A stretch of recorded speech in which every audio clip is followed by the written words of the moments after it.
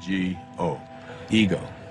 This ego is the part of us that starts to tell us who you are is not this perfect divine creation, this piece of God that you came from. It doesn't say that.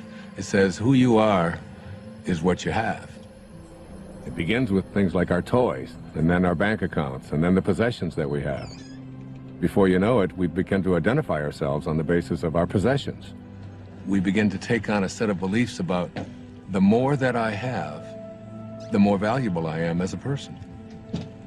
And so we spend our lives taking these young children and immersing them in a culture that emphasizes more. It becomes almost a mantra of the ego. You have to have more. And the more you have, the more you are aware of how much other people are trying to take it away from you.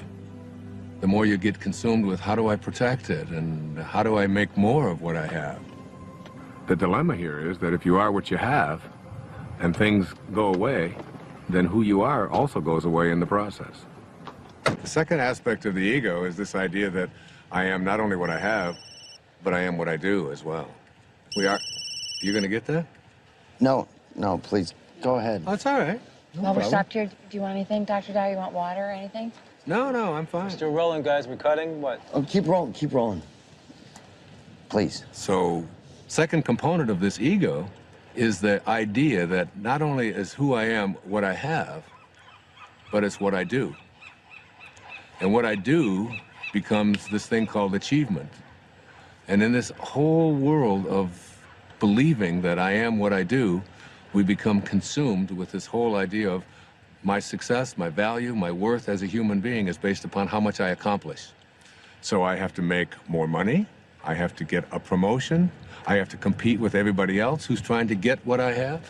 We are taught this over and over and over again. All of our young people are taught this when they go out into athletics. The most important thing you can do is be number one, and you see, we're number one, we're better than everybody else. And we constantly find ourselves in this competitive notion again of believing that our world is one in which we have to compete.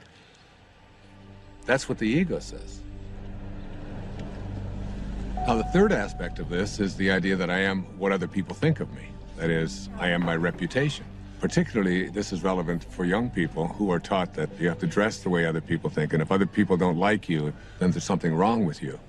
If you're consumed with that, then you're going to be something different every time you turn around. Now, this is particularly relevant with women, especially in relationship to the family. Women are often taught in our culture and our society that the only way that you can fulfill yourself is by how you relate to your family, to yourself as a daughter, to yourself as a mother, to yourself as a grandmother. And while these are very important and creative aspects of every woman's life, if that's the choice that they make, it's not necessarily the only thing. And many women feel that deep within them that they have a calling to accomplish something great, to make a contribution. And oftentimes we'll put it aside.